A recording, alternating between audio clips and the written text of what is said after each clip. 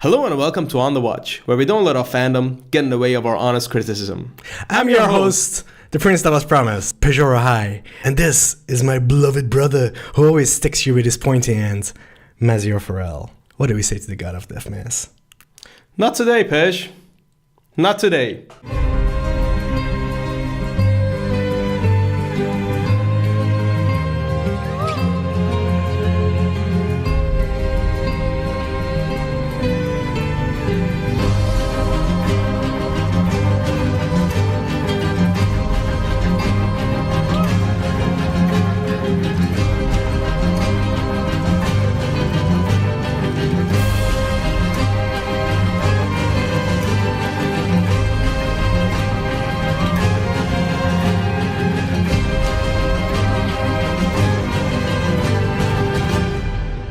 Welcome to our review of Season 8, Episode 3 of Game of Thrones.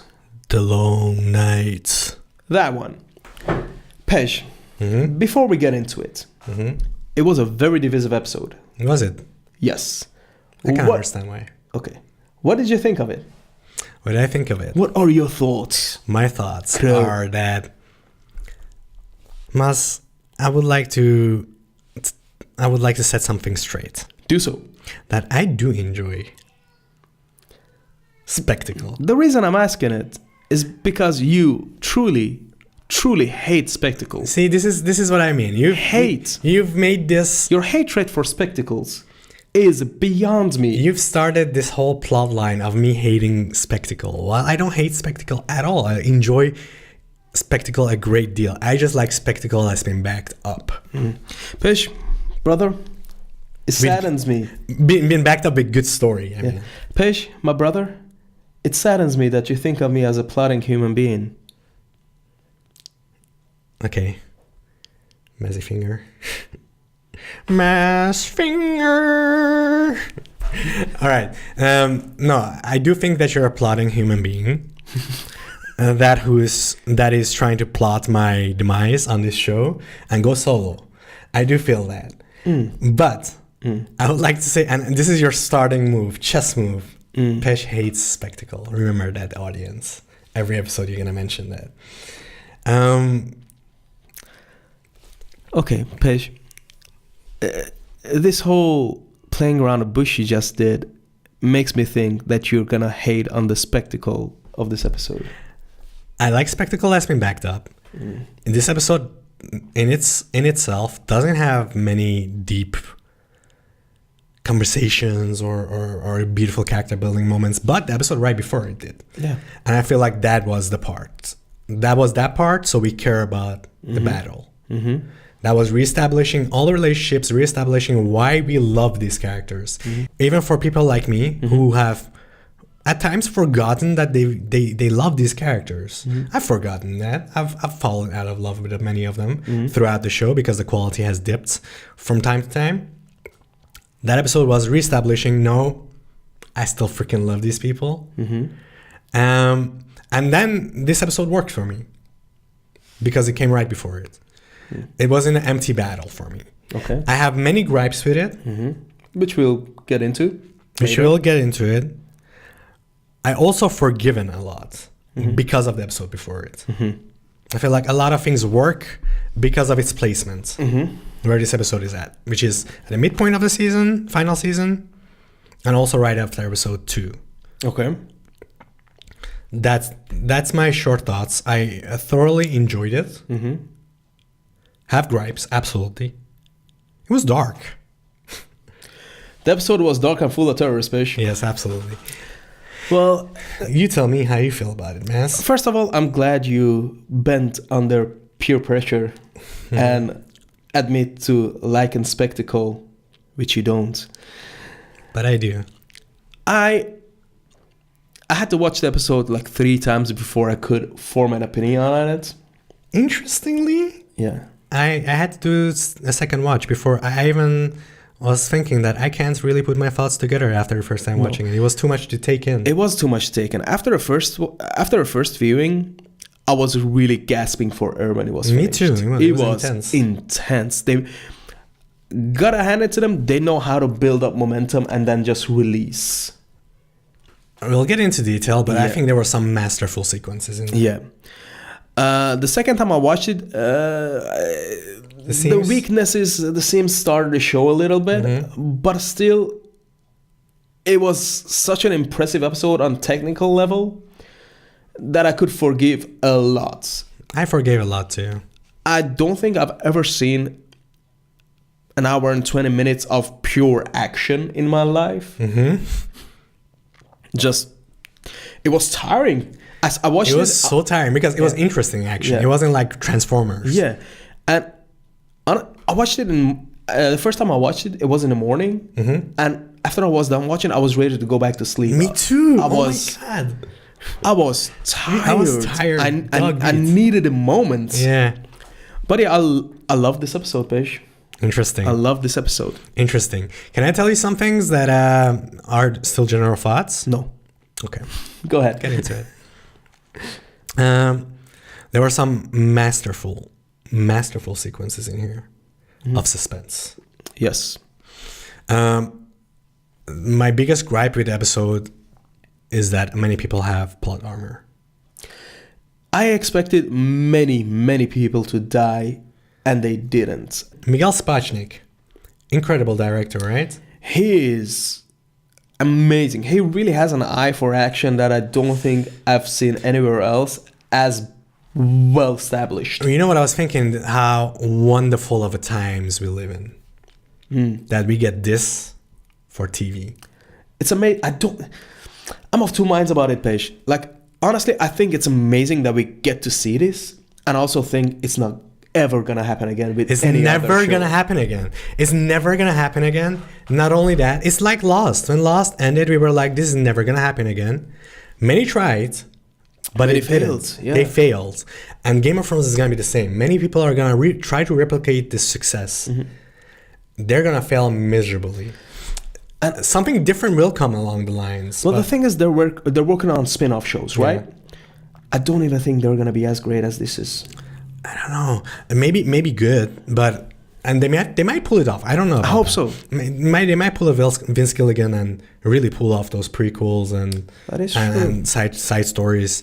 But what I would like to say is that to get this to get this grandness of a battle episode in a fictional medieval world with magic involved, to get that and dragons and Night King and all that stuff, taking this seriously, put this much of an artistic touch in it, and this much money, this many people watching and being behind the scene working on it.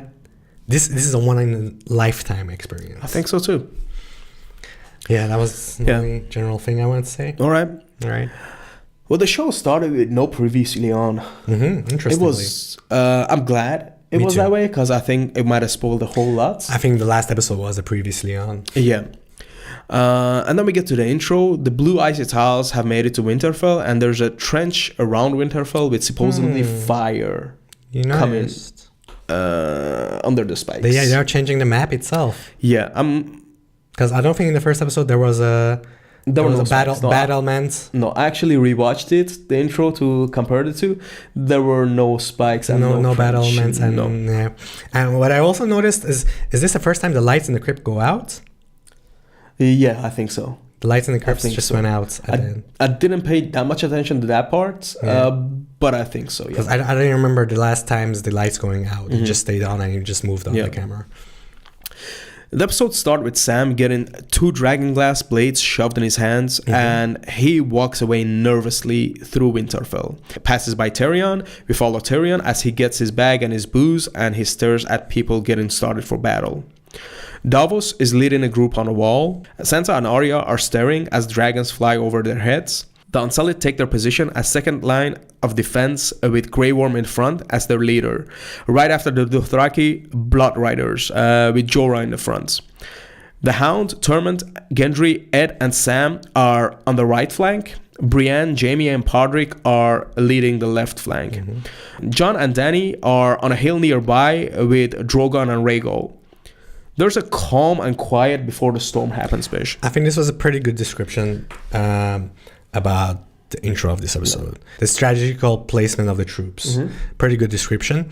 What I would like to add in this sequence is that this is all suspense, isn't it? The calm before the storm. Even the soundtrack was pulsing.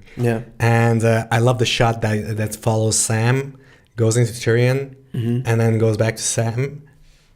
And we get a sort of a sense, the mood that is hanging around. It's impending doom. Everybody looks nervous as all hell, though.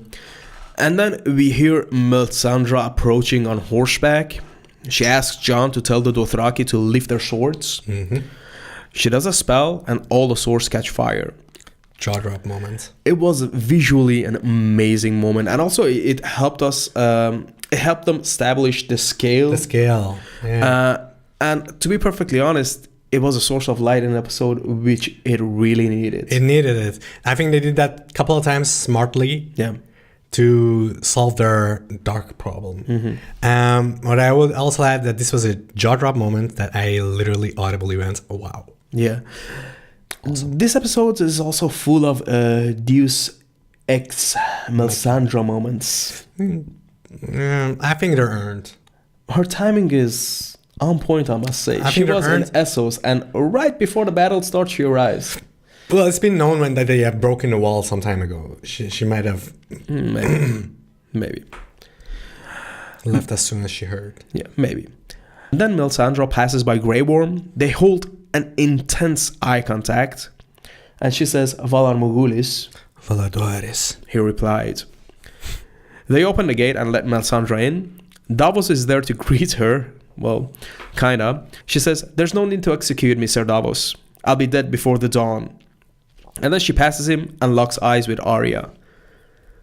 Now, this was the first moment in this episode where I realized Arya is gonna matter a great deal. I thought Arya is gonna matter a great amount the moment they introduced the weapon storyline. That she's gonna get pretty far towards the end goal, which is the Night King. But I didn't see it coming. Neither did I. But her mattering does definitely start to show in this episode a lot. Now, Abhej. Yes, buddy. And this is gonna be the first scene that I kind of disliked and didn't make any sense to me. I get why they did it. Which part? Was when the Dothraki horde started marching towards the enemy that they cannot see. Yes. One, who does that? Two, and this is established fact that the Dothraki are the best in on-field battles. Okay. Aren't the Unsullied as well, though? Still, these are the two best ones. Yeah. If you cannot see your enemy and you don't know what you're working with, you just wait for an enemy to be seen first, or for them to attack first. Tactically, it's just a bad move. Talking about tactical moves, man, they make a lot of errors. Sure do. This might not be one of them. The biggest error is the crypt, which we mentioned on our last episode. We did. Very stupid. Just dumb. It's just a huge... I mean, to think that the writers didn't think we would know this, and it's going to catch us by surprise, it is sort of taking your audience for granted. It's almost insulting to the audience's intelligence. Absolutely. But this particular scene with the Dothraki I don't think it is. They have a threat, which on the last episode, they show on their board. Their strategy is basically throw everything at the wall and see what sticks. Okay. And from the other side, they just have blue tiles. That's it. There's so many of blue tiles because they don't even know. Yeah. They know they have no strategy. They just gun it, shotgun it. Which, you know what I mean? And for them to send their best fighters in the darkness sort of shows two things. First of all, it's sort of a little bit of confidence that these are the people to send in. Because at the end of the day, somebody has to attack first. Yeah. You might as well go with your best open field riders. That's what I don't agree with, though. Like last season, when the Battle of Bastards was just about to happen, Roose Bolton told Ramsay, Winterfell has the strongest walls. We could stay True. here and just wait it out. I remember that, yeah. Now, that's when you're talking about human army and they could starve to death, etc. But still, like, they could have just held a barricade and, you know, stay behind the walls. No, not behind the walls, behind the barricades, behind the trench. I just think this shows the grave danger that lies up in front of them. That even the strong walls of Winterfell doesn't matter. Even the trench doesn't matter. They need all of those barriers. And one of those barriers is a group of attacking and probably self-sacrificing Dothraki riders. Yeah.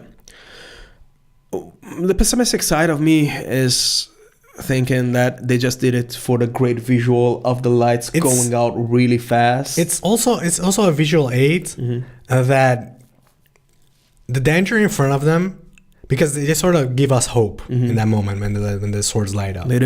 They give us hope, and then they show us how grave this situation is. Yeah, you could see the shock and desperation on everybody's faces. And I think it's a wonderful shot, man. Yeah. When the lights start to go out and there's a light. It's a beautiful shot. I have no gripes against the shot. It just sets it up that this is a huge horde. Yeah.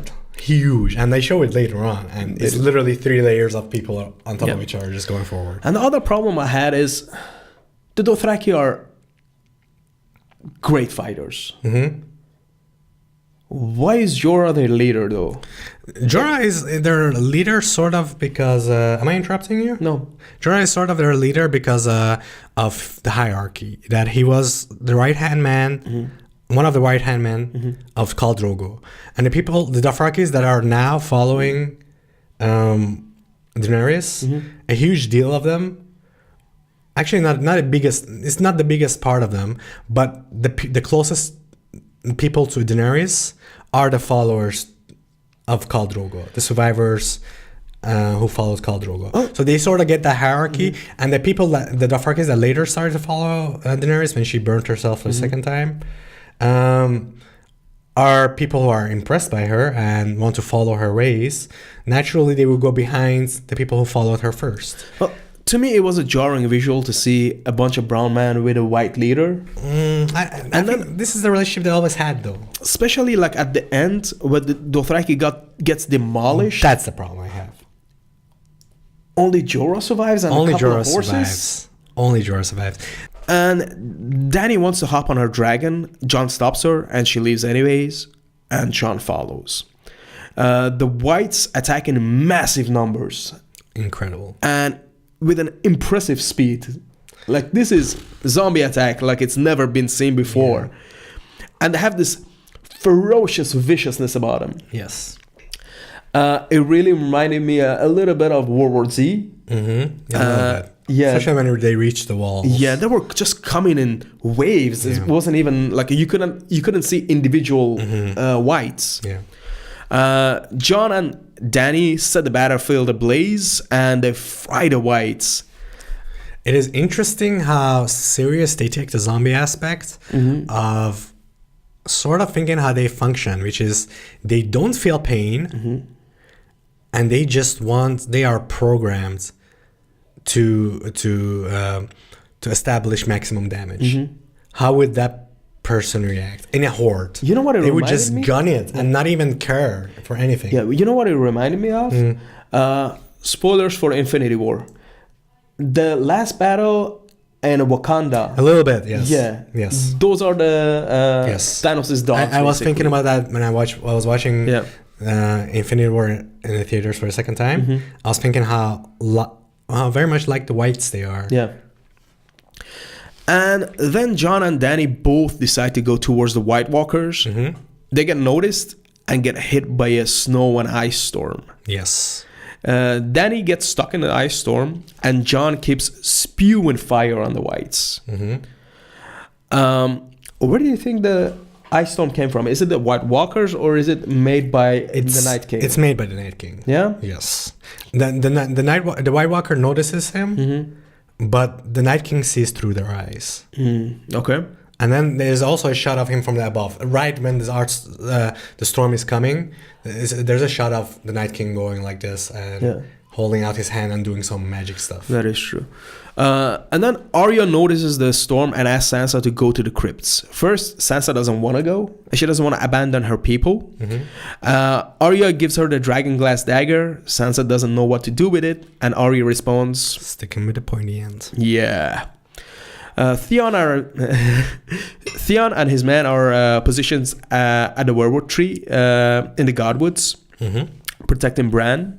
This was just an establishing shot to see where Theon and Bran are. Then we go back to the battle where Ed saves Sam and dies right after that. His last words were, "Oh God, Sam." And then Sam runs away, as Sam does. Doesn't that death sort of feel very predictable? Very predictable. And also, I know what they're doing. I know they want Sam to feel the guilt of Ed's death, and I think it's gonna matter. It just irks me that Sam has plot armor because he has to be the one who is gonna lead the Citadel when everything ends. It irks me that Sam has plot armor, and for a character that I've had to learn to love, because I didn't like Sam for the longest time. Learn to love. It sucks that he has to be the reason that Ed dies. Yeah. You know, he's become a man, and he's become courageous. Sam becomes a man. And he's become courageous and dares to do things and fight. And then he gets Ed killed. That's a little bit of a bummer. It is a bummer. Then we follow Sansa to the crypts. The elderly, women, children, and people who cannot fight are placed there. Then we see Jon flying through the windstorm, and he cannot see. He first hits the top of some trees, and then he bumps into Dany and Drogon. Yeah. Pretty cool. You didn't like it? I didn't like it because the chances that this could happen is basically the same chances that two planes have to... Happens. Yeah, but so very rarely. But they're going around the same grounds. Still. In circles. I didn't like it. The only thing I didn't like is that I thought the dragons sort of have a sense of where each of them are and Daenerys is. Yeah. Because doesn't Drogon come to save Daenerys at the end of season 5? He sure did. And he just knows where she is. Yeah. They have a sense about each other. Yeah. And you would think like sort of like bats, even if they can't see, just sort of sonar thing? Yeah, they know where they're flying. Yeah, maybe. And that's the only thing that stuck out to me. But as a concept, it's pretty cool. And honestly, I don't even know why it needed to happen. It's just shock moment, shock value. Yeah, it's showing how bad the storm is. For later on when she can't see the trench. I mean, they could establish it with Jon flying through the trees. That would have been fine. I think I'd like to believe that the show is beyond just shock value. The Winterfell army falls back as the Unsullied protect the retreat. Jon lands Rhaegal somewhere near Bran, and then just stays there for the longest time. That really, like, especially in the third viewing, it really irritated me. Jon is acting according plan. Yeah, I know, but they're off plan right now, and he could have helped a great deal with the Whites. That's a problem when you have 3 unstoppable weapons in a battleground. It's the same problem I have with Vision, for example. In any of the Marvel movies. I'm not going to go further than Civil War, but Civil War sticks out. They have to sort of ground him. Yeah. Because he's too powerful. Same thing with Scarlet Witch, basically. Scarlet Witch, exactly. So by the rate that they're going with burning these Whites, they could clean up a lot of the battlefield. Yeah. So they have to sort of ground them. Yeah, but this stuff stick out. I think more stupid stuff happened later on. This one is Jon sort of going back to be sticking to plan and going around the Weirwood tree, the Godswood, to keep an eye on Bran. Yeah. And then we see Grey Worm running back and closing the pathway through the trench. Now, it has been established that the Unsullied do not fear anything, and they do not love, and that's because if they love something, they can fear something. Yes. You really see the fear in Grey Worm's eyes. I like that. I really love this. The whole episode. He's got some of the point of view scenes of him just breathing and nervously putting on his helmet. I like those stuff. And it helps us thinking of the Unsullied as not just numbers, but as people with emotions. At this point, he's Finn from Star Wars. Yes. He's a stormtrooper with feelings and not just a number. Yeah, couldn't agree more. And then he asks Davos to light the trench. And as Davos was swinging his torch, he realized that he couldn't see them. Yes. Fiery arrows don't work as the wood is frozen. Through the storm, yeah, exactly. Yeah. Nothing really works. Nothing really works. They try sending people with torches and they get taken out by the whites. That was pretty awesome, actually. It was awesome. They were passing the baton. Yeah, it was pretty awesome. I really like that scene. There were everybody, because I think 4 or 5 people tried. Yeah. It was pretty cool to see, like, they are just all going for it. The geography of this really confused me. It confused me a little bit, mostly with Grey Worm, because he was all the way in the front. No, you see him running towards the back. To try to put it on himself. Yeah, right? Yeah. No, you see him running to the back to get a view of the battle. And then he tells Davos to... Doesn't he smash the trench? Yeah. So it opens up? Exactly. And then he has to be the one telling Davos to light the trench. Exactly. Sorry, my bad. That's fine. And no, what confused me, what really confused me about the geography of it was when we see the torch getting handed down. Was it like between Winterfell and the trench? Yes. How did the whites get there? There are whites that gotten through. That early on? Okay. I think I saw that because there was a scene of the Unsullied army closing down. Yeah. Completing the circle because they were open. Okay. They had open spaces between them. Yeah. So they let everybody go past them, but some whites got through as well. Okay. Is what I saw. Of course, it was very dark. Okay, but why don't they then attack from the back? I think they have one goal: get to the rearward. Maybe. To destroy anything on the path. I don't think they go back. Okay. They just this is programmed to just go straight through. Straight through. Then it's a little bit of sort of chess. You know, you want to get to the end at some point very fast to get some of your players back to have an upper hand. You know, the soon as you get into the castle, you sort of start having an upper hand. So that's true the strategy. True. Gun it. Shotgun it. And Melisandre comes in and works her magic. Hated this. And lights the trench. Why is she walking so slowly? Yeah, don't get me started. That's what bothered me. There's like a slow motion shot. It's not slow motion. She just walks really slowly. It's like she just walks really slowly. I'm like, Melisandre, don't you see the threat? Don't you feel it? I know they're trying to build this moment up. Wrong way to go about it. She doesn't have to run, but she could walk faster. Yeah. She's literally walking so slow towards the trench. And I like what she does. And as the trench lights up, we can see that Jon is really close to it. Really close to it. Who? Jon? Yeah, with Rhaegal. Oh, they do a... Yeah, basically over. Like they light a trench and the fire goes to the right of the screen, I'd like to say. Yeah. And then you see Jon just sitting there with his dragon. It's like, I could have done this. Yeah, but Jon is not around the gate part, which is where Davos is, which is where Grey Worm is. So I doubt communication problems. Well, the thing is, he was on the ground. He could have seen Davos. These are just things that needed to happen in the episode to get through. And like this stuff really stood out to me. Okay.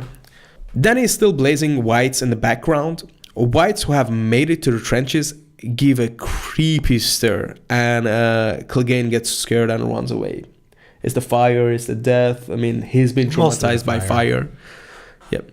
We go back to the crypt where Tyrion feels useless and claims he could be of more use upstairs in the battle.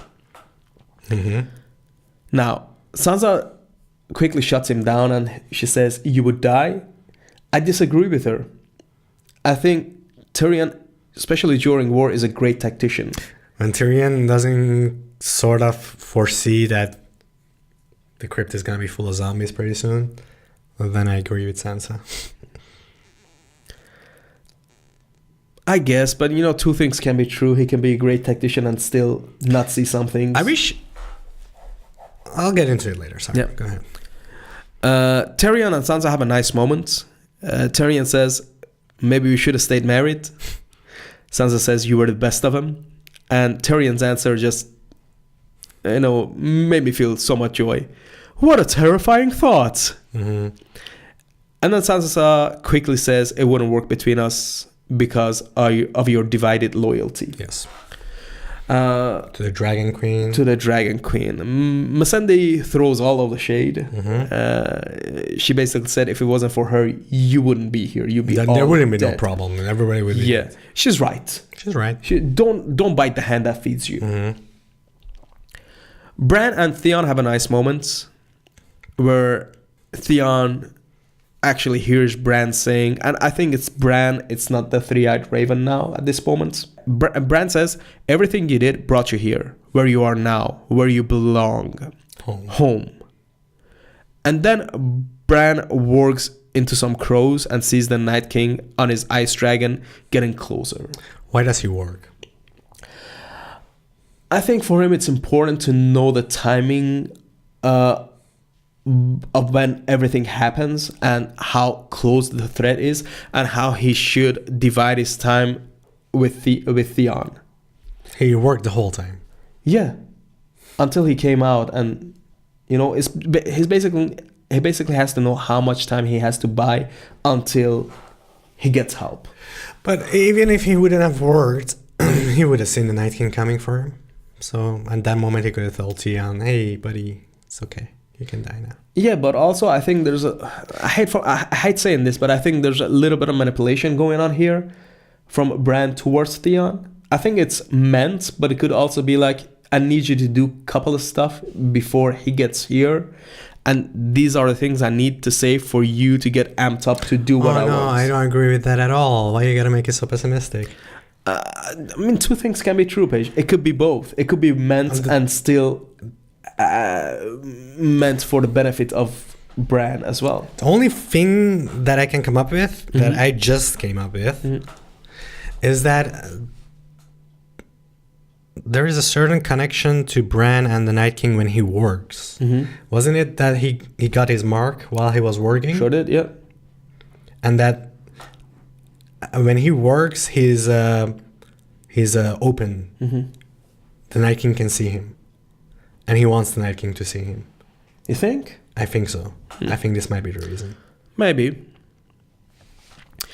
The Whites use their body to put out the flames and make a pathway. Creepy. It was creepy. It was awesome, though.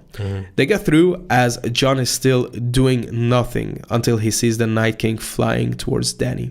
The Whites are against the wall and start climbing it. A little bit of World War Z going on here.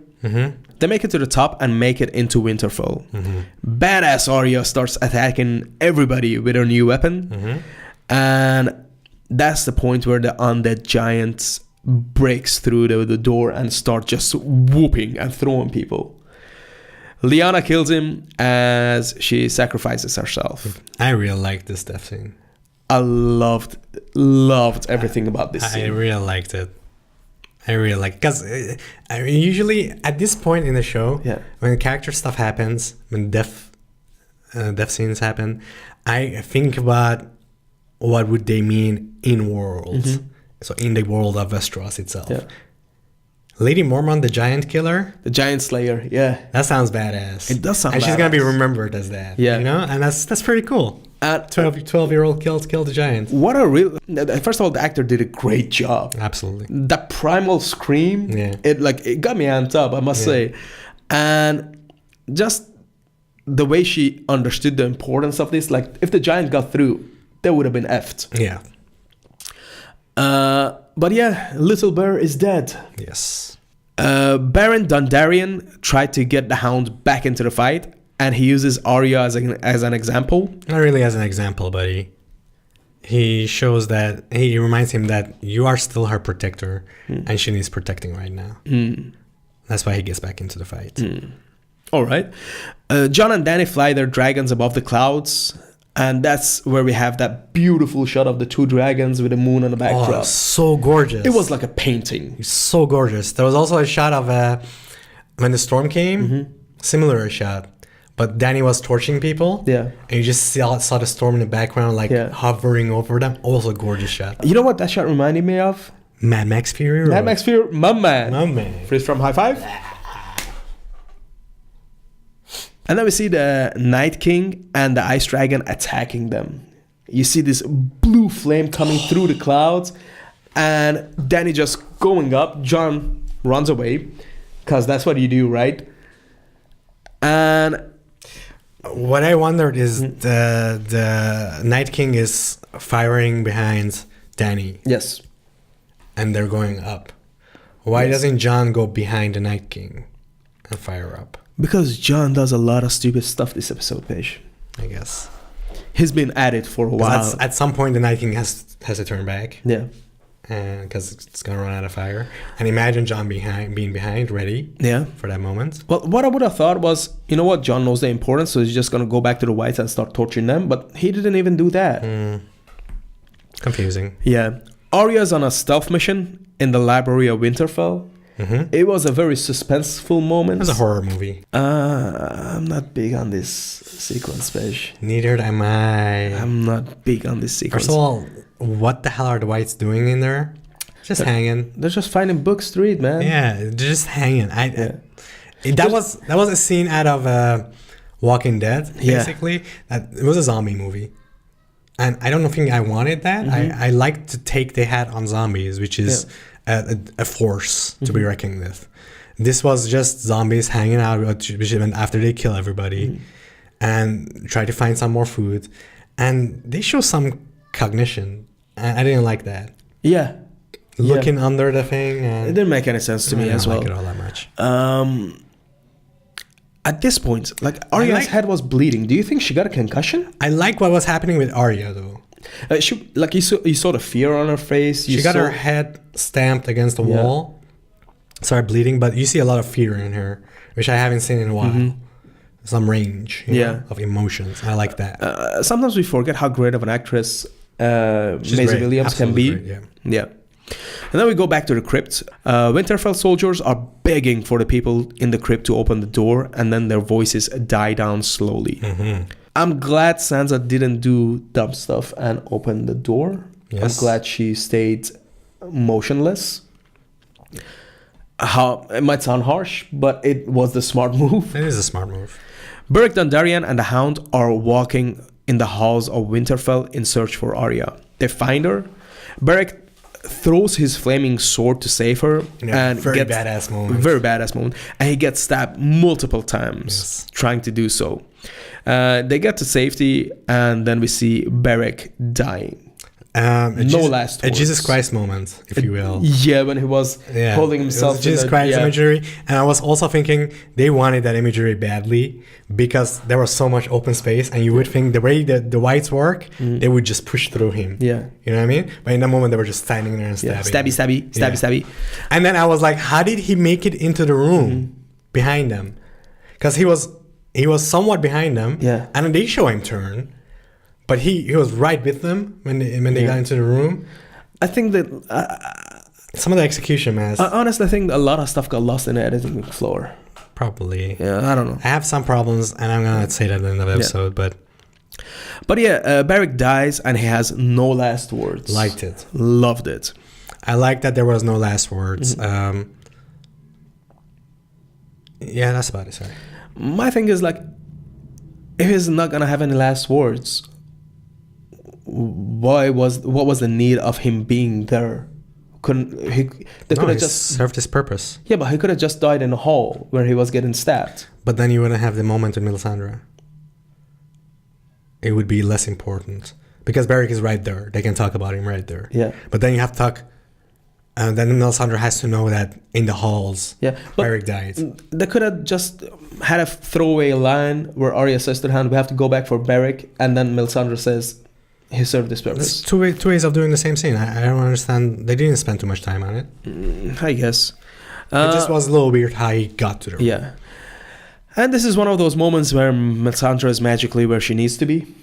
Arya recognizes her, and she says, "You said we'd meet again." She says, "And here we are, at the end of the world. You said I'd shut many eyes. You were right about that too. Brown eyes, green eyes, and wink, wink, wink, blue eyes." Can we talk about this scene? Yes, please do. This scene is a callback to a scene in season 2 or 3. Three. A scene that we've all known was of massive importance. When does it come back? It finally came back. I like it. But I have one issue with it. Shoot. The scene that originally plays out as such. You will shut down eyes, brown eyes, blue eyes, green eyes. So they sort of conveniently switched it. They sort of switched the order to fit better this episode. Yeah.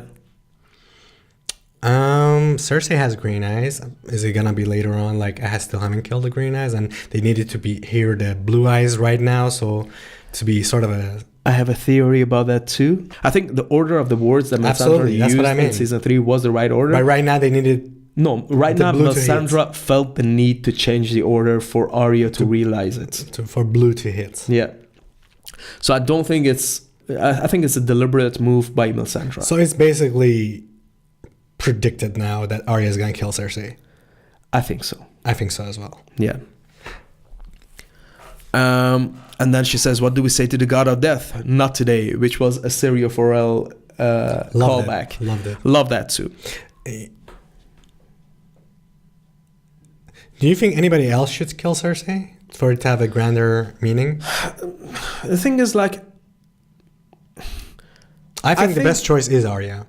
I honestly think like the best choice would be Jaime, but that would be too much of a fan service. Not only would it be too much of a fan service, the Jaime we know now, I doubt he would do that. My theory is that Jaime is gonna die in the next 1 or 2 episodes, and Arya is gonna take his face and kill Cersei.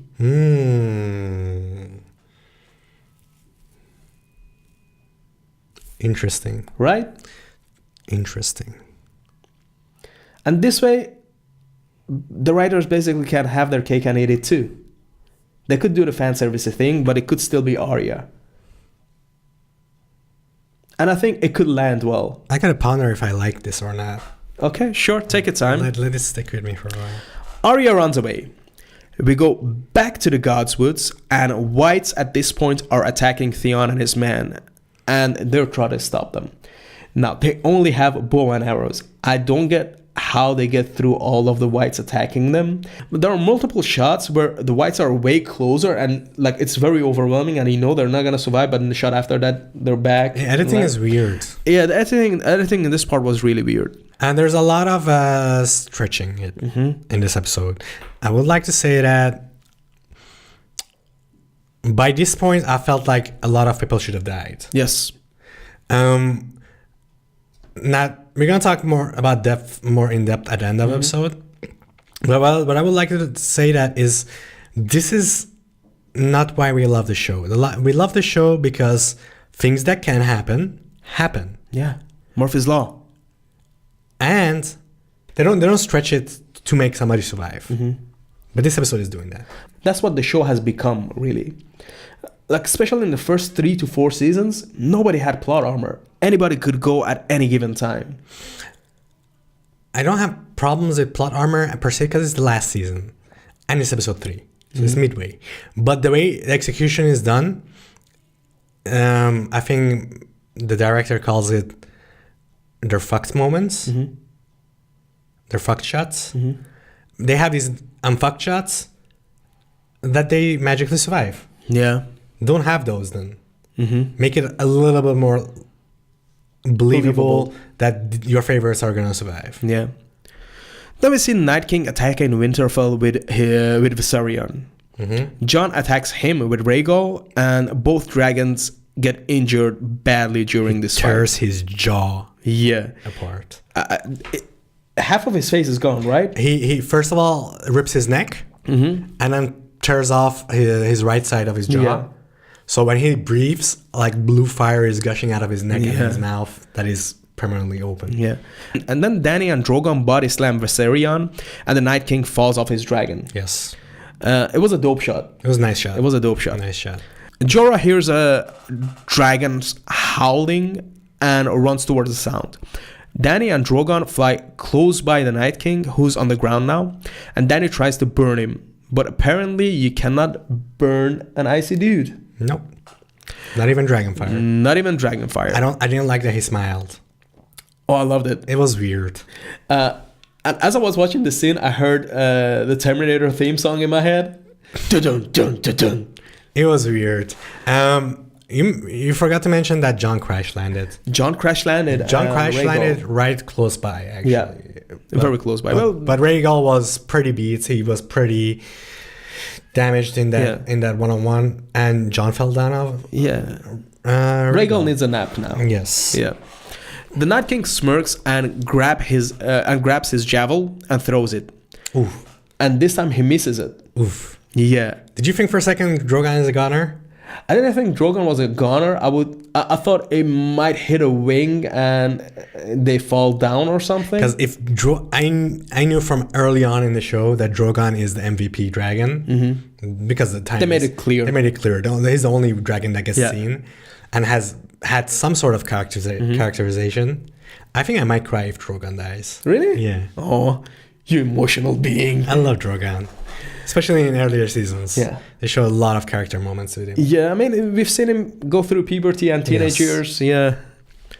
Jon is on the ground and follows the Night King with his sword out. The Night King senses it, turns around, and raises his hand to raise the dead. Wow. Yeah. I said out loud while I was watching this scene that this is a masterful. Because we know what this means. Yeah. There's no need for established it in a hard home. So when he does this, the second his arms open, you're like, oh poop. Fuck. And you know what's about to happen. Yeah. Jon knows what's about to happen. He starts gunning it. I don't think he gunned it as hard as he should have. Jon starts running as fast as he can towards him, but the dead are already undead. You would think he would still go through as much as he can to get as close as he can. I think they could have done it in a way to show that Jon is really going for it. Because he gave up. As soon as they stood up, he gave up.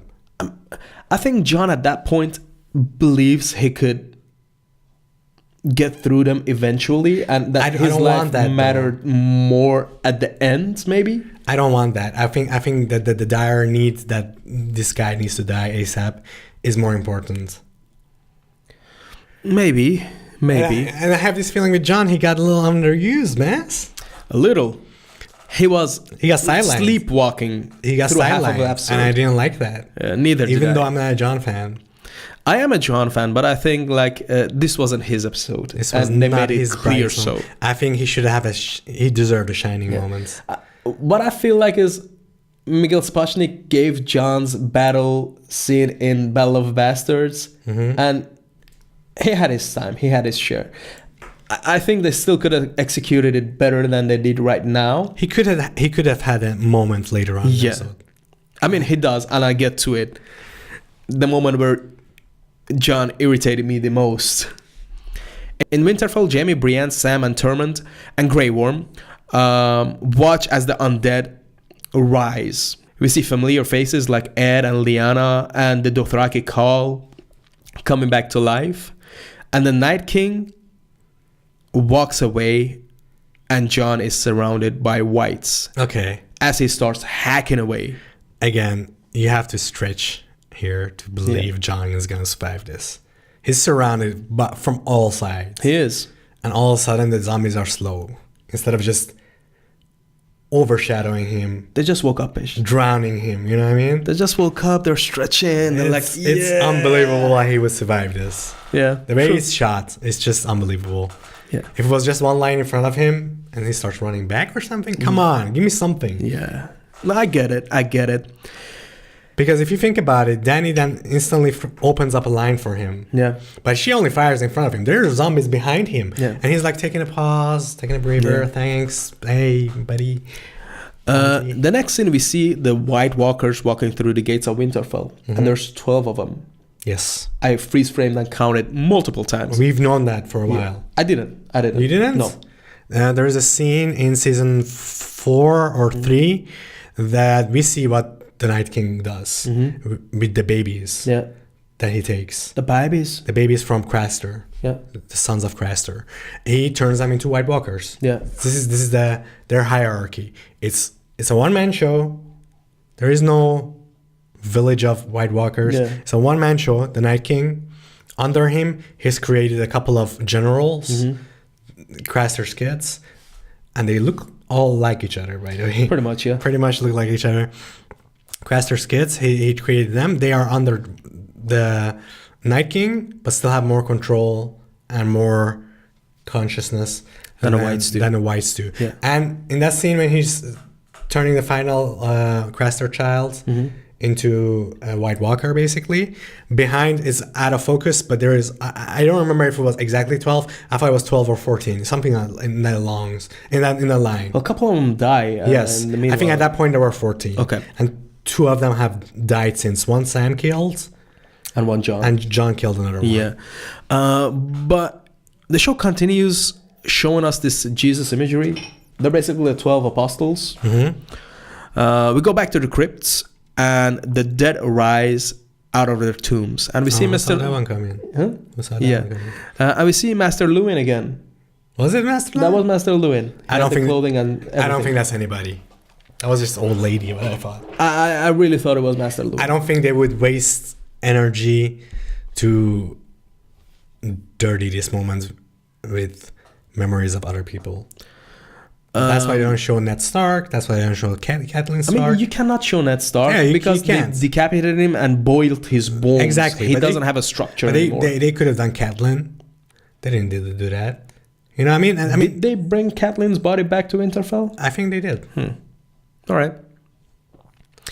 Dany comes to save Jon by spewing fire on the whites that was surrounding him. She lands for some reason, and Jon yells, "Bran!" Weird. Dany says, "Go!" Jon goes, and Dany keeps chilling on the ground. The moment this scene played out, I was like wondering, how does the script of this episode look like? 5 sentences, probably.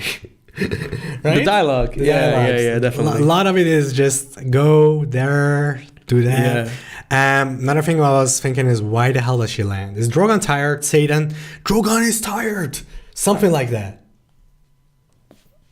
This scene, especially in my last viewing, I was ready to just give up. I was like, this is killing the episode for me. I don't want to think of it that way. I loved it for a certain selfish reason. Really? Yes. Why? Remember when I called the Ice Dragon? It was around season 2-3. This was the way I described it's gonna happen. I thought the whites were gonna kill him. The whites are gonna just...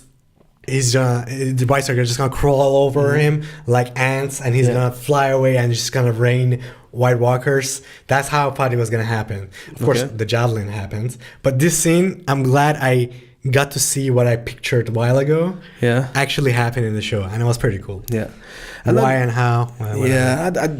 The imagery was cool, but I think it had no reason for existing. No reason, just put Dany in danger. Yeah. So Jorah can have a moment. Drogon flies off in pain, trying to shake off the enemy, and in doing so, she shakes off Dany as well. Dany falls and gets attacked by whites. And now we have Deus ex Jorah coming. Now, they made it clear that Jorah heard the howling and he was on his way.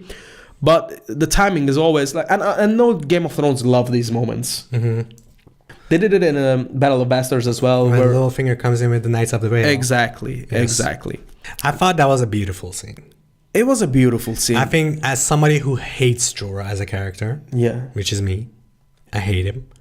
I think they did not do that guy. He should have died 2 seasons ago. They haven't done him justice. I used to like him a lot, actually, but they really did a disservice to his character. What easy. This was the only beautiful death they could have given him.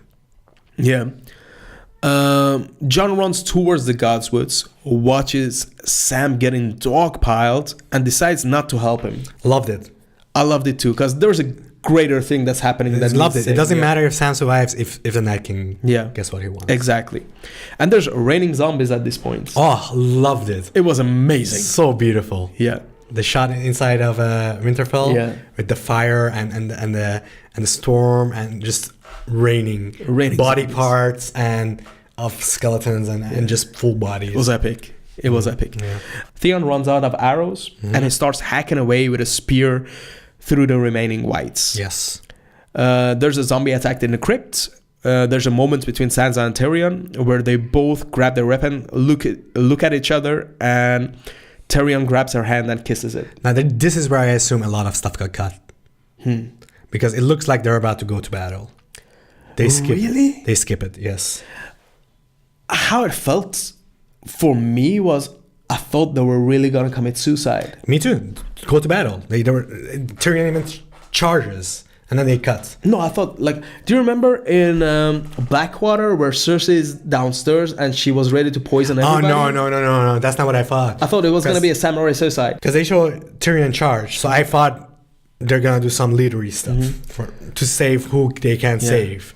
And I feel like a lot of things that got cut here, especially that even in Blackwater, Sansa did some leadery stuff. Let's sing a hymn, guys. When Cersei was being a terrible leader, she was being a good leader, trying to calm the people down. Even if they're gonna die, she's gonna make this a quiet. She brings a feeling of safety, togetherness, safety at that moment, which they need when all panic has gotten loose. I thought that they're gonna show that Tyrion and Sansa are gonna do some leadering and maybe get out of this mess they put themselves into. A lot of it got cut. And we just have a race. Maybe, probably.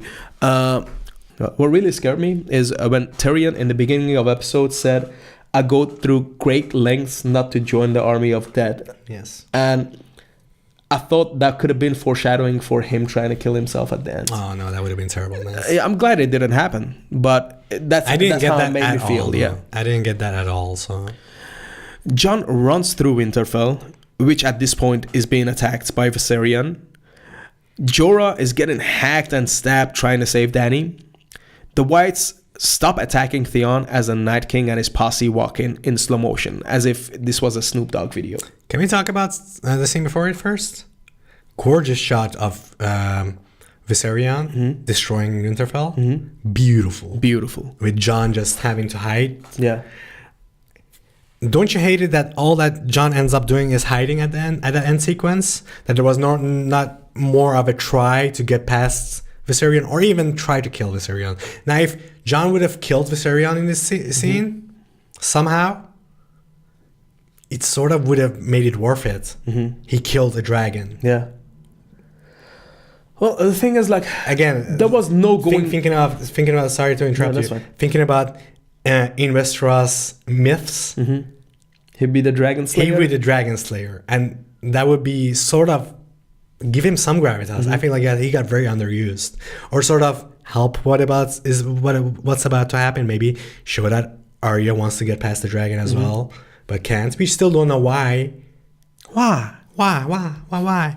And we show that Jon kills the dragon at least. That would have been cool. By the way, I really hope somebody edits Night King and his posse entering the Godswoods with Gangsta's Paradise? No, Lay Low from Snoop Dogg on the background. Cool. It would be perfect fitting. Yes. Where are we at? Love this scene, by the way. Yeah, so did Between Bran and Theon.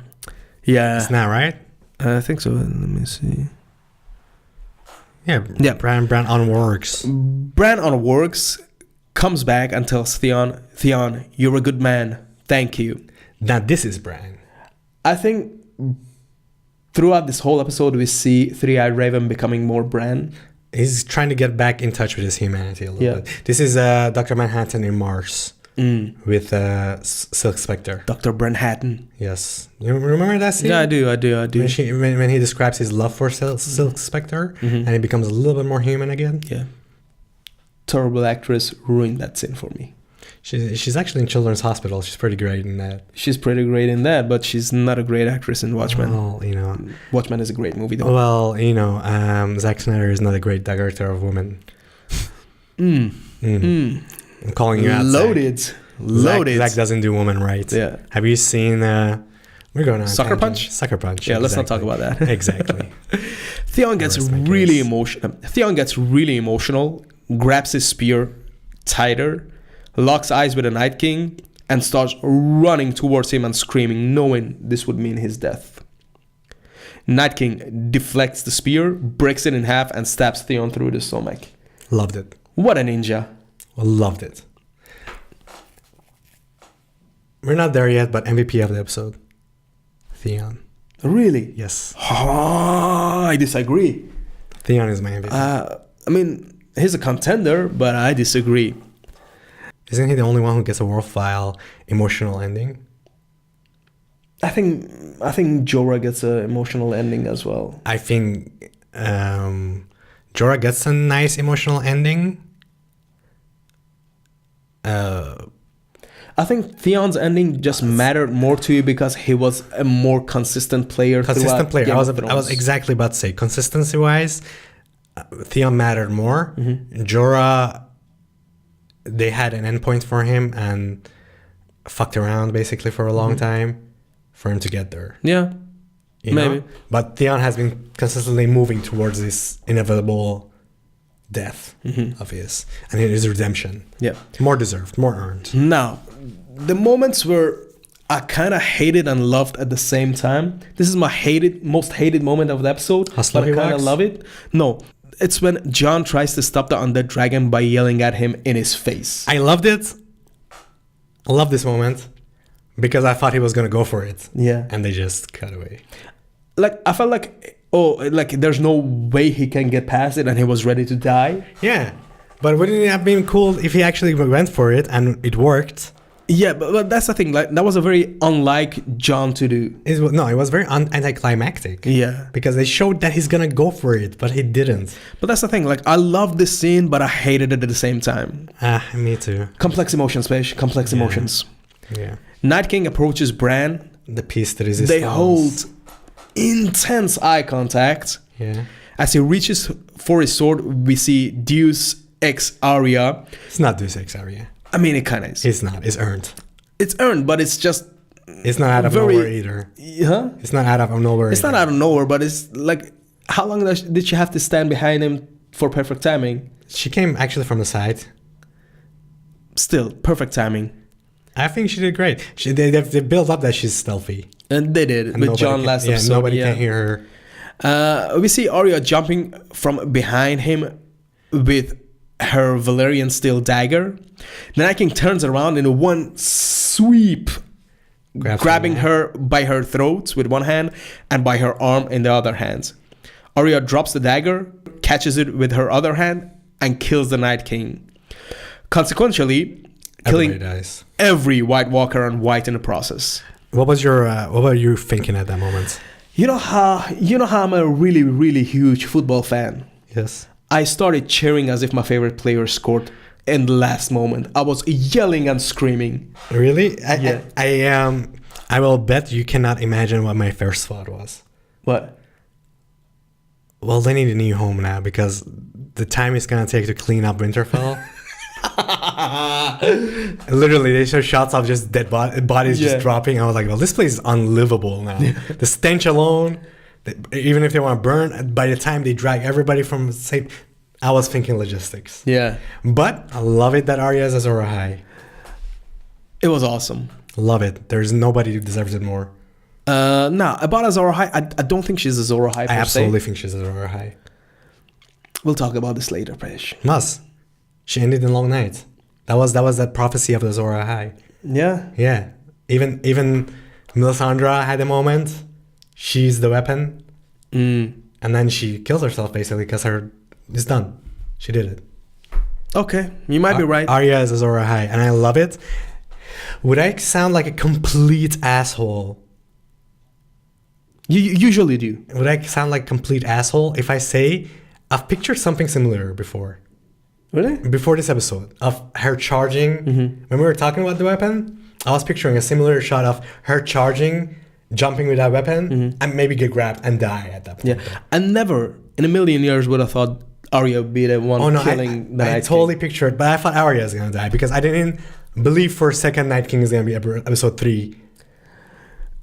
Now, we need to talk about this. But this scene... I am so glad they killed off the Night King now. Me too. Because it's not an interesting story to be told about somebody who doesn't have a voice. Who doesn't have a personality. Who's just a force. Nothing else. So many gripes we're going to get into. Yeah. At this moment, Jorah falls down to the ground and with his last dying breath says, "I'm hurt." He doesn't say anything. He says, "I'm hurt." No. I promise you that, Pish. Really? I thought Jorah also died without words. No. He falls down with his last breath said, "I'm hurt," and dies in Dany's arms as she is crying in pain. And Drogon comes and sort of cuddles her. It was very That's emotional. what I mean. Don't you love Drogon? He comes and hugs his mother. Pish. And Captain Friendzone dies. Yeah. Drogon is not real. It's a CGI creation. Love it. Arya looks at Bran. Tender moment, man. Very tender moments. Melisandre walks through Winterfell and through the dead, takes off her coat, her necklace. As she's getting further and further, you see her hair turning white. She's struggling to walk and then falls down and die. While Davos watches it with one hand on his sword. Ready to kill her. Ready to kill her. I gotta tell you, this is my favorite scene. Of the whole episode? Of the whole episode. Melisandre's death. Because again, between us, I think I was the only proponent for Melisandre. I like Melisandre. Do you? Yeah. Because I remember when they revealed that Melisandre is an old woman, I thought it added so much depth to her character. So much depth. You didn't agree with me at that time. I thought it makes so much sense that this woman is sort of justifying the sexuality of her. This woman is hundreds of years old. She has lost the virtue of vanity. You know? She's hundreds of years old, and she can't have the pleasures of a normal person anymore. So what do? You go all out, man. I mean, when she gets this power, she's living the life she can't have anymore. So it sort of explains her sexuality and how she takes things a little too far here and there, because she's there for a reason, and it's sort of added to her. You're here for a reason. You might as well enjoy the ride because you can't do this stuff anymore. It added so much depth to her. And then this final scene of her, man, it broke my heart. It's so poetic the way it's shot, with her walking away and just getting dusted. A little bit of retconning here, how old she is. Yeah. Because we've seen her actually take a shower when she was old. Yeah. But now instantly she gets dusted. It really reminded me of like kind of samurai movies. Yeah. The way she was walking away. And her dress starts to come off. It really reminded me of Kurosawa movies. Yes. It was very dramatic, very anime. Beautiful, gorgeous. Loved it. And then the episode ends. Pej, what I remember from this episode, except for the iconic shots and the great battle, are the primal screams. You have the Hound screaming, Brienne screaming from the depth of her lungs, Lyanna and Jon. There's a lot of dog piles and people saving other people. Jaime and Brienne, back and forth.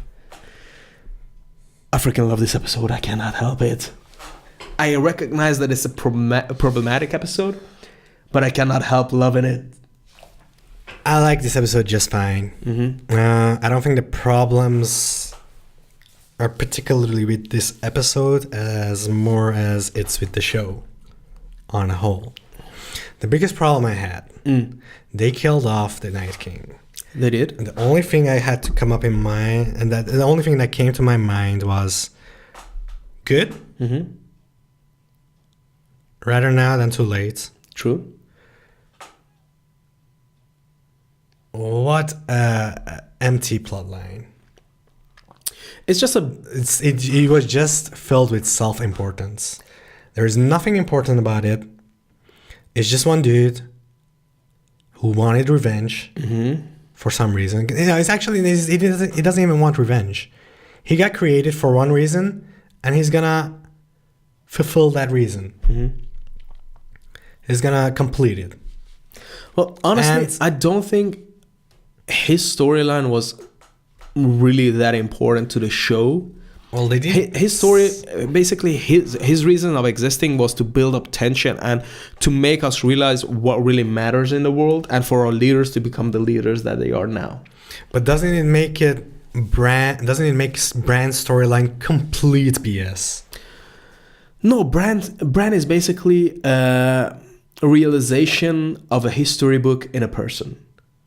I think it matters. Who the F cares? I'm not saying it's interesting, but all I'm saying is Night King and Bran, they were connected, but Bran's reason of existing is not the Night King. Maz, what the hell does Bran's journey to become the Three-Eyed Raven matter? What the hell is a Three-Eyed Raven even? He's the memory of the world. It's just one throwaway line of, yeah, he's the memory of the world. So somehow people know it now. What the reasons are is so ham-fisted. The whole Three-Eyed Raven versus the Children of the Forest and Night King story. I've always found it problematic. I thought they're gonna solve it one day by maybe a flashback somehow, which wasn't even my top choice. Now they killed him off. Now I can safely say this whole thing was a waste of screen time, especially on Bran's side. Especially because I sort of get the Night King without it being terrible. Anything that has to do with Bran, I think is just self-important and is important because the story says it's important. Bran is basically a backup drive for the Citadel page. And backup drives are not interesting per se. Yes. But they are absolutely necessary. What if the Citadel burns down? Maz, I'm gonna recount your explanation and tell you you're wrong. Backup drives are very interesting. How so? Has this show ever done anything to... Did you know until the last episode, before the last episode, for sure, that Bran is just a backup and that's why he's important? No. Has this been built up? No, but also, how could we have possibly known? I mean, there hasn't been... Well, that's a failure on the show's part. There hasn't been time for it. Bran was running away from the threat he was feeling, and now that he got to his family, to his home, he could communicate it to people. That's a failure on the show's part, that we don't know the stakes, and they have to literally tell us the stake an episode before the imminent death comes. Honestly, don't have that many problems. And talking about backup drives, a show that I love... Westworld has done an episode about a backup drive. Spoilers for Westworld. Westworld has done a story about backup drives getting destroyed, which is actually very intense because you know what the stakes are if that backup drive gets destroyed. True. And they should have built this up, and they didn't, and they just ignored it, and they just sprinkled info here and there, but never really established how important Bran is supposed to be. Maybe. So I hated that whole thing. Now, do you know what the killing of Night King reminded me of? No. Spoilers for The Last Jedi. His Snoke dying. And the same thing with Last Jedi. I don't think Snoke particularly is an interesting villain. He's all-powerful. This is where we disagree, though, on Snoke's death. Shoot. I think Snoke saw his death coming, wanted to happen by Kylo Ren, for Kylo Ren to become what he's gonna become. I think this was part of Snoke's plan. I think it was too out there that Snoke was not noticing the blade, and it was the way he was shot. I think Snoke knew perfectly well what was about to happen, but he was doing for his greater good. I have to die. He was doing a spoiler alert for Avengers Endgame. Spoiler alert for Avengers Endgame. He was being Thanos. Thanos knows he's gonna die, yet he's gonna continue because he believes this is his destiny to create this bigger evil in the world. Now that we're mixing HBO and Disney, Snoke might be dead, but what is dead may never die. Do you think this story is done? Mm-hmm. Do you think so? The story of the Night King. The Night King and Bran. I think the Night King story is done. I think the story that is about to come is a much more interesting story. Much more. Family dynamics and drama in it. But do you think they will have anything to add to this to make Bran's journey worth it? Do you think... Are you suggesting that Bran is going to replace the Night King? Maybe. I love it that you got that from me. Well, it's a theory that has been out there for a while. That the Night King didn't care about the world at all, or even ending it. He's just stuck as a genie, basically, and wants to end it before it starts. He's had a terrible life, probably. Probably. And he wants to forgo that. He wants to change history. I think that would be more interesting than just this being it. I don't know. And even if they were to go that route, I don't think we have enough time to establish that at all. Well, if it's going to be a bittersweet ending, if we show that somehow Bran is going to turn into a White Walker, time loop things. But then again, the only thing I could see it happening is Bran's mark getting bigger and bigger and taking over his whole body. Or he could time travel again and get stuck in a time and become the next Night King. I don't Maybe know. It's a cyclical thing. I don't know, since Three-Eyed Raven and Night King were two different entities. Yes. I don't think if they can get intertwined. I don't think he is this Night King, but he's going to be the Night King for the next timeline. Yeah, but why would we need one? That each Night King creates the next Night King from each timeline. Each time they try to stop it, somehow the timelines get split, and somebody else becomes the Night King for that timeline. Honestly, because of time travel. If he time travels again, he can. Well, that's the thing. Like, I don't think Bran is gonna become a new Night King. The only thing I can see happening is Bran traveling back in time and becoming the previous Night King. I don't think that's gonna happen because we've seen him as a human, and he's not true. But have we seen him before that? He's not in a wheelchair. He's not in a wheelchair. He's a grown blonde man without a wheelchair. That is true. That doesn't make any sense. While I do believe he's a Stark, I don't think he's this Bran. Yeah. But throughout history, this has been a theory for a long time. There have been many Brans who've done incredible feats. If this Bran travels through time and starts doing things, maybe he gets stuck becoming a Night King as his final feat. I have a theory. It's really out there, though. What if Bran travels back in time and works into somebody else and just takes over his life, and that person becomes the Night King with Bran's consciousness in him? Not bad. Cool. On that note, I mean, you have to do a lot of bending why he would do that, warg into a person again after Hodor. Yeah. You have to do a lot of stretching there. But if push comes to shove and he had to do this, and then at the last, because that guy is like, no, don't do this. You know, when the children of Force are about to turn him, he sort of knows what's about to happen and also really wants to stop, which I get. But I guess he thinks he's gonna die. But you could rewrite it as he really doesn't want this to happen because he knows what's about to come. Yeah. So yeah, on that note, do you have any additional thoughts? I hated that the show has gone. This was such a good episode. I felt that at every couple of last battles we've had, the plot armors really thicken and hurt the show. And the show, why we love it, some people say the show has taught us to love death. I don't think that's true. I think the show has taught us to love that in your fiction, you can be quite grounded. And people do die, and the stakes are high. And if you keep saving people because the plot needs them to be saved, you lose some of the suspense. Now the show has stepped away from killing people which is fine. But when you have these grand battle episodes and everybody somehow survives when what you're seeing on the screen, it's impossible for them to survive, they just do, that hurts the show for me. I hated that at the episode Beyond the Wall last season. I thought a lot of people should have died then. True. It just stretches belief. Only Thoros of Myr died. Yes, and I don't think Thormund should have survived. Even though I love him, this just doesn't make sense in that situation for them to survive. Okay, let's get to it.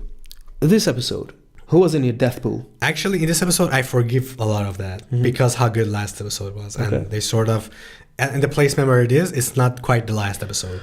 But don't you think people like Brienne or Tormund have concluded their reason for existing in the show? Have completed their arcs? I think the people who died definitely did. Yeah, but I don't see much more story for Brienne. I see potential for Brienne and Jaime. Their story is not done. I see great potential in Tormund? I know they want to keep the comic relief around. You can't kill all the comic relief at the same time. We still have Sam. Yeah, but Ed died. We still have Sam. I don't know. I feel like the way it was shot, almost none of them should have survived. Yeah. And that's what hurts the episode for me. Also, Grey Worm. Yeah, exactly. Now, if you would have told me who should have died, I'm fine that everybody almost survived. Really? Yeah. I just think the execution goes against what happens. Last episode, when the Tyrion and the crew are around the fire, Tyrion has this throwaway line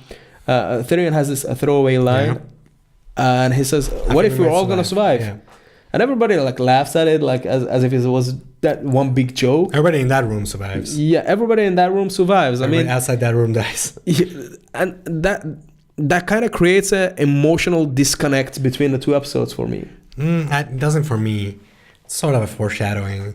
What I thought was a lot of B tier is gonna die, a lot of A tier characters are gonna stay. Theon dying is a big deal. I know a lot of people are not gonna consider it as a big deal, but he's been there. It is a big deal. He's been there since episode 1. He's been there since. He's one of the Stark children. If you want to call it whatever it is, he was a ward, but he's one of the Starks. I mean, even if he was family, he doesn't mind getting his fingers dirty with his family, if you know what I'm saying. And I absolutely love Alfie Allen's performance. He's one of the best performers in the show. In the show. And in a less capable hand, this story would have been not so great. Yeah. His death scene worked for me, and that was enough for me. Melisandre dying made sense. It touched me. I didn't need anybody else to die. Here and here. I didn't need anybody else to die. The way it was executed, it was really stretching disbelief that a lot of these people survived. Yeah. Now, I see a lot of people online complaining about how dark the episode was. Yes. I honestly don't have any problems with that. Like, there's only two ways to go about it. You could go the night scenes in Mad Max Fury Road when everything looks like it's shot in daylight and they just darkened it in post. Or you could go realistic. Like, if you want to establish that Dany and Jon cannot see through the storm, then I think it's fair for us to have trouble and difficulty seeing through the screen as well. I don't think this is going to be a problem in the future. What do I mean by that? I think in hindsight, this episode won't be remembered as the dark episode, that you couldn't see anything. I think this is a problem with it being a TV show. How so? Because it's all streams, right? Yeah. Streams don't do... Low quality video doesn't do darkness well. It cracks. If you make it lighter, it cracks. It's muddy. It's artifacted. But not everybody watches it from HBO Go. Some people watch it live. Even then, it's a sort of a stream. So you think in Blu-ray it's going to be fixed? It's going to be fine. Okay. This is gonna be fine. We'll see. The only problem I had is if your room is somewhat bright, you're absolutely and truly effed. Because... But that has been the case with many Game of Thrones episodes. This one especially, though. Especially. Yeah. Remind me a lot of season 2, by the way. It reminded me a lot of when Arya was in the House of Black and Whites. No, it was very dark downstairs. It was dark, but a lot of things were happening. Mm-hmm. It reminded me of the battles between Jaime and Robb Stark. Mm-hmm. Also very dark at night. Lower budget times. And Blackwater. Also. Lower budget times. It helps. Darkness helps with special effects. It does. The dragons didn't look half bad this episode. They didn't look half bad. It helps with the special effects. And they have a lot of moving things. They have the whites, enormous giant army of whites going everywhere. There's a lot of green screen, a lot of green suits, all of that to make everything mesh well. I think they needed it. Mm-hmm. My second watch was way better. Mm-hmm. I watched it on my iPad. Great screen. In the dark. Noticed everything. I think the something with the size of a TV, lights from outside coming in, and not being able to discern everything. Well, the thing is, you have an older TV and a plasma TV right next to your window. Yes. So and it's a big window. Yes, it was a plasma TV, and it doesn't get super bright, I guess, or the darks are not as dark as you want them to be. The darks are really dark in plasma, but it doesn't get as bright as you want it to. I think the contrast ratio isn't as high as you want it. For an episode like this, for example. But I do have to say, it was very dark. Now, you already mentioned who your MVP was. Theon. Who was yours? I don't want to jump on the bandwagon, but I have to say Arya. I've been championing Arya this season. Mm-hmm. So I feel like I can give this moment to Theon. Okay. Not because she just... I like to give my MVPs not to an action beat, but a character beat. So Theon is your Civil War? Theon has a character beat, an important character moment in this episode. That's why I give it to him. Mm-hmm. Whilst Arya did something cool and something that matters, it's just an action beat. Yeah. Do you think Arya has served her purpose? Not yet. No? No. You think she's really gonna... She's endgame material. She's endgame material. She's gonna kill Cersei, right? Yes. I didn't. Like I said before, I've pictured a similar thing happening. Mm-hmm. Never in my wildest dream did I think Arya's gonna survive it.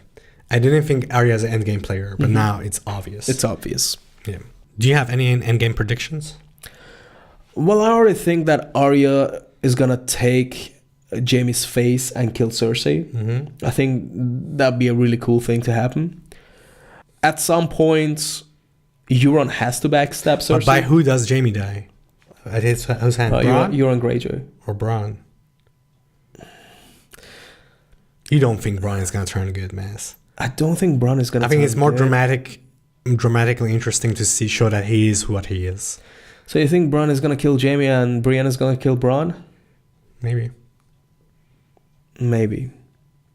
I don't know. Could happen. And when they cry for each other, you know that they loved each other, man. It's not romantic, Paige. Get over it. Okay. I think Euron is gonna kill either Khaleesi or Sansa. I think the weapon they basically are keeping in King's Landing, the Dragon Slayer, healer, is going to come into play, and that's going to be Khaleesi's death. I don't think Khaleesi or Jon are going to die. I think they both will survive. I would hate that to happen. I would hate for that to happen. Part of me is telling me it's going to be a joint effort on their leadership. I think it's... I think it's more realistic to kill Jon, to be honest with you. Well, the thing is, I think... Than to make Dany an evil woman. It's not the sort of story George would write. I'm not saying Dany is an evil woman. I think she's ruthless and she's very much in a gray zone. But I think they would rather go to the side of her learning than to kill her off. True, but also the books are called The Song of Ice and Fire, and that's Jon. Yes. He's a Stark and a Targaryen. I think at the end of the day, if you think about Azor Ahai, at the end of the day, it wasn't per se just Arya. Arya pulled the trigger, but it's basically everybody. You know? I mean, the sword that lights up the long night was, if you want to take it literally, it was Arya's dagger. No, it was Melisandre. Melisandre literally lit up the night, the swords and the night, and I think it sort of is trying to hint that it's everybody. I don't think it's that literal. Efforts. I don't think it's that literal. I think it's not. That is symbolic. It's not literal at all. Yeah, but light up the night is a very literal visual realization of it. I think it's way more metaphorical, where Arya, by stabbing the Night King, brings back the day. That's the fire that lights up the sky. I think no, I don't agree. I actually think it might be that literal, because Melisandre gets visions very similar to Bran, but they have to interpret it. So she could have seen a giant fire, the biggest fire that I literally yelled, the biggest fire the North has ever seen, when she lit up the trenches. Maybe, and which was something she would keep saying to Stannis. Nonetheless, I hope they never actually go out of the way and say it to us. No. I think it should be open for interpretation. They should never talk about it. I think it should be open for that interpretation. But I think it'd be a more interesting story to tell for Jon to become the king, because his mixture between Robert Baratheon, Ned Stark, and just everybody who has made him into a man he is right now. Like in the beginning, Robert actually says, I never wanted to be king. Jon doesn't want to be king. But Robert is not really a noble man. And Jon is the same way Ned Stark is. I think he'd make a much better king, and he is heir to the throne as well. It just makes sense for him to become. Isn't that a little too happy of an ending? I still like the image of Cersei being in a burnt down throne room as one of the only survivors. I honestly don't think it's gonna be a happy ending, because they're already building up the drama and the tension between Dany and Jon. I don't think it's gonna go too far. I don't think it's gonna go too far, but I do think there's gonna be a certain moment in time where those two part ways. I mean, that's a bit of a forced drama, a la Arya and Sansa last season. Not really, though, because they've been building up Dany as kind of power hungry, and the only thing she really wants is the throne. She tried manipulating Sansa into believing that she loves Jon and she's helping him because of that love, but she's really doing it for the throne. Honestly, I think she's just thought about it for so long that she hasn't really re-thought about it. What I mean by that is, when Sansa asked her, what about after? She's like, I take the throne. As in, I have really not reconsidered for a long time. Do I need the throne? Do I want the throne at this point in time? And also, she just hasn't thought about it. I think there's going to be a realization point of, yeah, maybe I'm not the best for the throne. You really think she's going to come? Yes. I don't think that's I think there's a come to terms moments though. All right. But hey, these are the things that we're going to find out soon in the coming episodes. Or that was my segue. Sorry, what if Daenerys does arrive at a burnt down throne and a burnt down King's Landing? Burned down by whom? By herself. I mean, these two are Queen of Ashes. Because they literally destroy everything to get what they want. Okay. I honestly think at the end of the season we're gonna have a new capital city, which is gonna be Winterfell. Probably. I think Jon is gonna be the king. I think because they already are calling him king in the north. There is still a lot of wildfire under King's Landing. Mixed up with dragons, that ain't no good. No good. I think this is cataclysmic stuff are about to happen, as in a nuke is about to happen. Burn them all.